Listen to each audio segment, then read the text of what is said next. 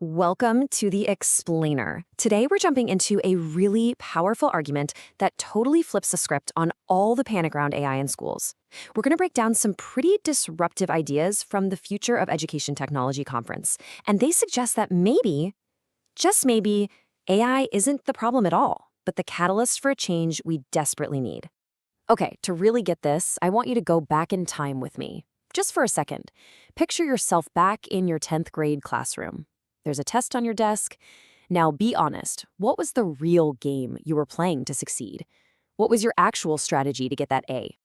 If you're like most of us, it probably wasn't about creativity or original thinking, was it? Nope. The winning strategy was just remembering exactly what the teacher said 3 days ago and spitting it back out perfectly.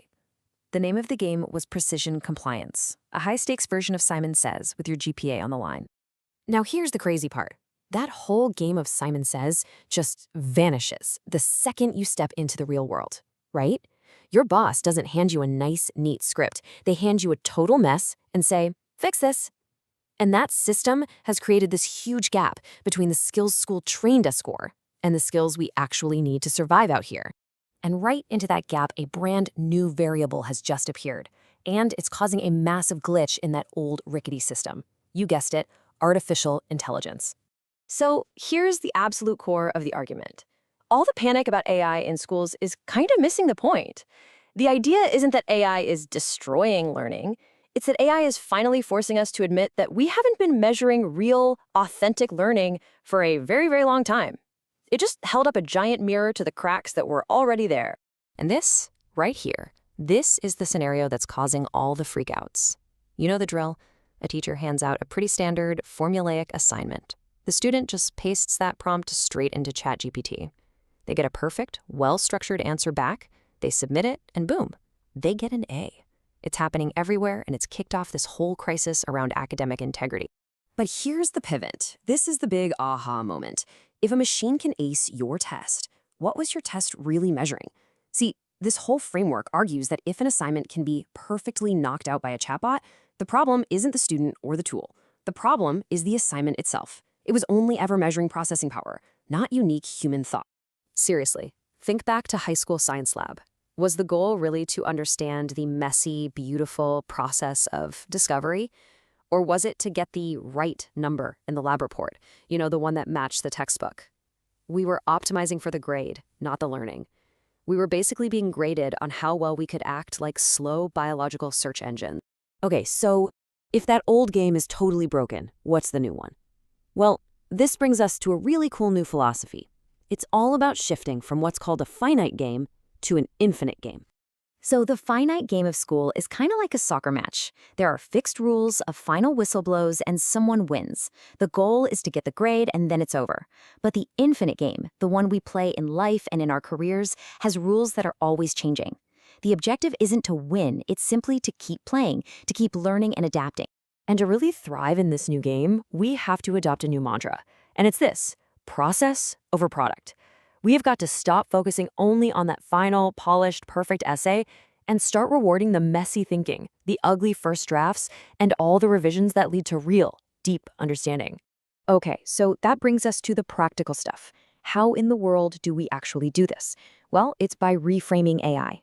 We stop seeing it as a cheat code and start using it as a powerful tool to accelerate feedback for absolutely everyone involved. The old way we give feedback is what the source calls a feedback autopsy. I mean, what a perfect term, right?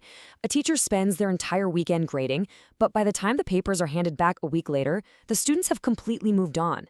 The feedback is about work that's already in the past, it's way too late to be useful, the learning moment is basically dead on arrival. But now, check out this new workflow. A student writes their first draft. Then, they use AI as a tough critic. They're not asking it to make this sound smarter. No, they're prompting it to find logical flaws or weaknesses in their argument. Then, the student has to analyze that feedback, verify if it's right, and revise their own work. Now, this is the key. This isn't outsourcing the thinking to the AI. It's using the AI as a logic checker, as a tireless sparring partner. The student is still in the driver's seat. They have to be the final editor who decides if the AI's critique is even valid. And honestly, that's way harder work. That's metacognition, thinking about your own thinking. And that skill is incredibly valuable. And get this doesn't just help students. It could be a real solution for the teacher burnout crisis. A 2020 McKinsey report found that teachers spend less than half their time, only 49%, actually with students. The other 51%, it's just lost to grading, paperwork, and all that other administrative stuff. So now imagine this new workflow for teachers. Instead of spending hours manually grading 150 lab reports, a teacher can just feed the anonymized student responses to an AI and ask, hey, identify the top 3 misconceptions in this pile of work. In seconds. Seconds. They get back actionable intelligence they can use to fix their lesson plan for tomorrow. And this just nails it. This is the goal, rehumanizing the classroom. For decades, we've basically been forcing our teachers to act like data processors. So by outsourcing that repetitive, robotic work to the actual robots, we free up our teachers to do what only humans can do: inspire, build relationships, and spark genuine curiosity. Okay, let's bring all this home. These principles, they aren't just for a 10th grade science class. They are for literally anyone trying to figure out how to navigate this chaotic new world we're all living in. We're all facing this really critical choice. We can use AI for automation, which just helps us do the same old kind of broken work, but faster, like grading multiple choice tests at warp speed. Or we can use it for acceleration, which elevates the human and helps us do new, better, more creative work.